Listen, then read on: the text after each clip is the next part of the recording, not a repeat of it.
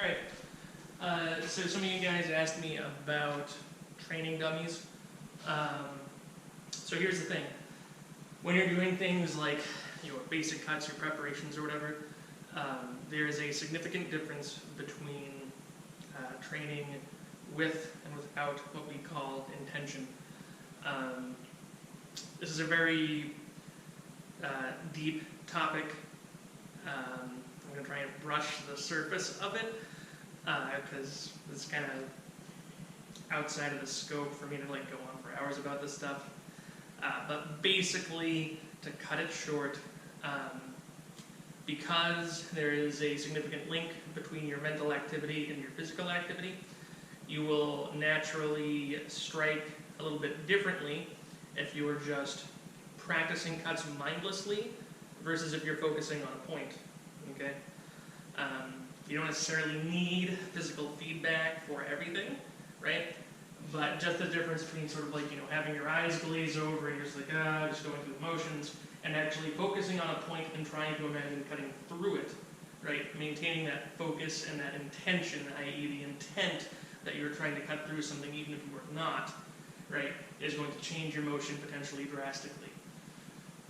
One of the easiest ways to train intentionality safely is with a PAL, right? Which is basically just a dummy. The most simple form is literally just a post sticking out of the ground, because you can take a sword, you can whack the crap out of it as hard as you want, and you're not going to be hurting anybody. So, if you have a backyard, dummy number one, post in the ground, all right? For fencing studio applications, often what people will do is they'll go out to Home Depot, they'll get like a 5-gallon bucket, they'll take the bucket, they'll put a post in it, and they'll fill it with cement. So that weights it and keeps it stable, and you can whack it without having to bury it in the ground. Failing that, you can use trees. Oftentimes people have differing opinions on the sort of, whether or not it's sort of a crappy move to beat the crap out of a tree.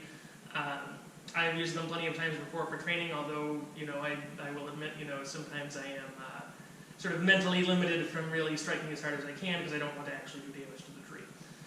On the subject of trees, however, if you are able to get out to a park for exercise, there are a couple things that you can do. So first things first, one of the easiest training tools to use is simply a ball on a string. So if you get a tennis ball and maybe some twine or some fishing line or whatever works, you can hang that from a branch or somewhere above you. I don't know, maybe if you have like an empty garage or something. You can simply just start hitting that, and basically you hit and then you parry when it comes around. You basically just keep cutting at it, right? And it's going to force you to move around, right? It's going to train your precision to cut the ball, and it's also going to make you aware of which direction you're transmitting force in as you're swinging this thing around, okay? Another way of doing a training thing is you can put a ring on a string to practice thrusting, okay? Oftentimes people will do both. These places probably aren't open, but you can either go to a hardware store or a fabric or a craft store. You can usually either get like metal, wood, or foam rings. And you can basically just glue or tape or tie it to the bottom of a tennis ball, so you have something additional. So basically you can cut it a few times, and then when it comes around you can try and thrust and get your point through the ring to make the tennis ball stop. If you have that stuff lying around, it can be a very cheap training tool for you. That aside, right, if you're looking for really cheap stuff or really accessible stuff, again, do this at your own risk. You can take things like cardboard or paper and make a target on the wall. So basically, usually, what you'd be looking at,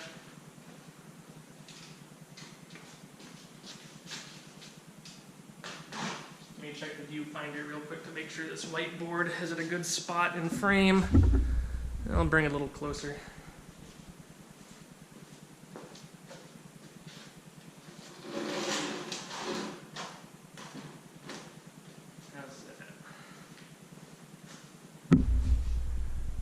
Close enough. So You can do this on cardboard, you can do this on a piece of paper. Really depends on what you have available, okay? So the basic concept is usually to have some kind of middle target drawn on your surface, and usually one to each corner. And let me just check and make sure that's visible. Don't want to be shorting you guys. Oh, that's hard to see.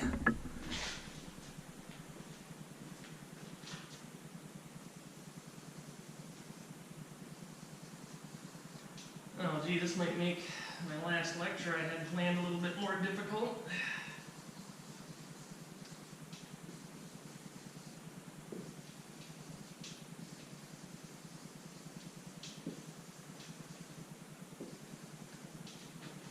Does that make it a little bit easier?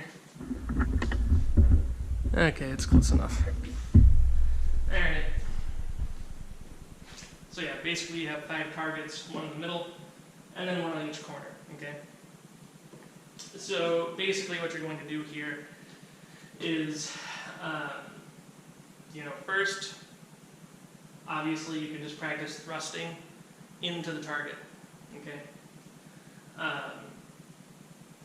The reason I said, you want to be careful here is because if you're just putting this on a wall in your house, all right, depending on if you get drywall or if you put this on a stud, you don't want to thrust through your wall, okay? It's usually fine to do this with something like a fencing foil. It's very flexible, but most faders have nowhere near as much flex. So you may end up putting a piece of metal through the wall. If you have something like a garage or like a shed or a side of the house or something sturdy you can put a target like this on, it would be recommended. And of course you can make this out of anything like cardboard. If you have foam lying around, you can put foam behind it, right? You'll have to improvise, but the basic idea is to use a setup like this, okay? So first, you can just practice your thrusting form, right? And then you can also thrust to each of the 4 openings. Additionally, you can number them. So if I number the middle one 1, and I go 2, 3, 4 clockwise, or 2, 3, 4, 5 rather, right? You're going to start doing sequence drills, okay?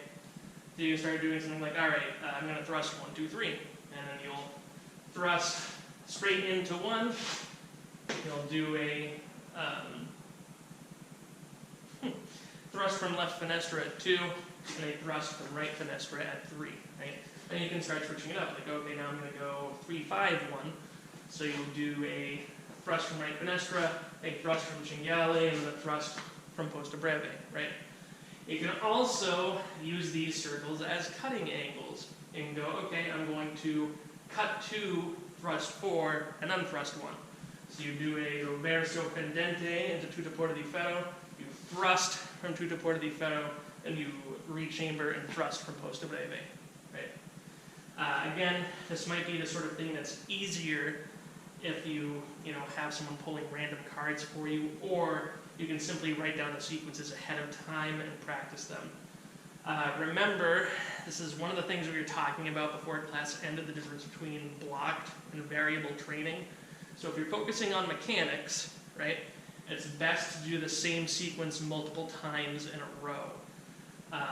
So say, for example, you're really trying to work